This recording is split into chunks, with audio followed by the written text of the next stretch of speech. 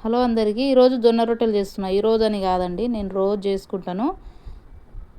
జొన్న రొట్టెలు రాని వాళ్ళు ఎవరైనా ఉంటే ఈ వీడియో చూడండి. ఒకవేళ మీకు నచ్చితే సబ్స్క్రైబ్ చేసుకోండి. ఏం లేదండి, నీళ్ళను మంచి మరిగించుకొని పిండిలో ఇలా పోసుకొని కొంచెం కొంచెం వేసుకోండి. ఎక్కువనే ఒకటే పారి ఎక్కువ పోసుకుంటే రొట్టెలు సరిగా రావు. కొద్ది కొద్దిగా వేసుకొని మంచిగా చపాతీ పిండిలా కలుపుకోండి. మనము పిండిని ఎంత మెత్తగా కలిపితే అంత మంచిగా వస్తాయి. నేను ఇప్పుడు ఇక్కడ చూపిస్తున్నా కదా, అలా కలుపుకోవాలి. మరీ పల్చగా కలుపుకుంటే రొట్టెలు ఇరిగిపోతాయి. ఇలా కలుపుకున్న తర్వాత ఇలా కొంచెం కొంచెం తీసుకొని మీకు ఏ సైజులో వస్తే ఆ సైజులో కొట్టుకోండి, ఏం కాదు. మందం వచ్చినా పర్లేదు, కానీ చిన్నగా చేసుకోండి. రావు అని కూర్చుంటే మాత్రం ఏది రాదు. చేసుకొని తినండి, హెల్త్కి చాలా మంచిది. నైట్ పూట అయితే ఇంకా మంచిదండి. అన్నం తక్కువ చేసి ఈ ఒక రొట్టె తింటే ఎంతో బెనిఫిట్ ఉన్నాయి.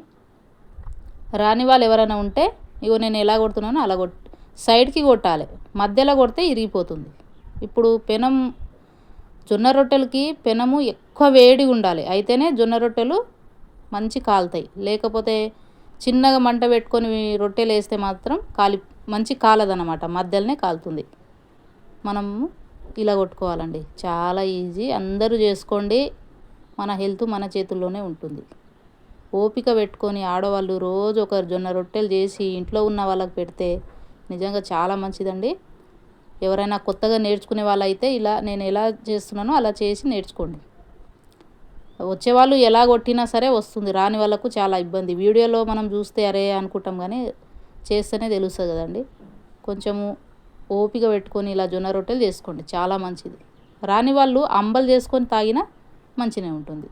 ప్లీజ్ అందరూ చేసుకోండి. Subscribe my channel.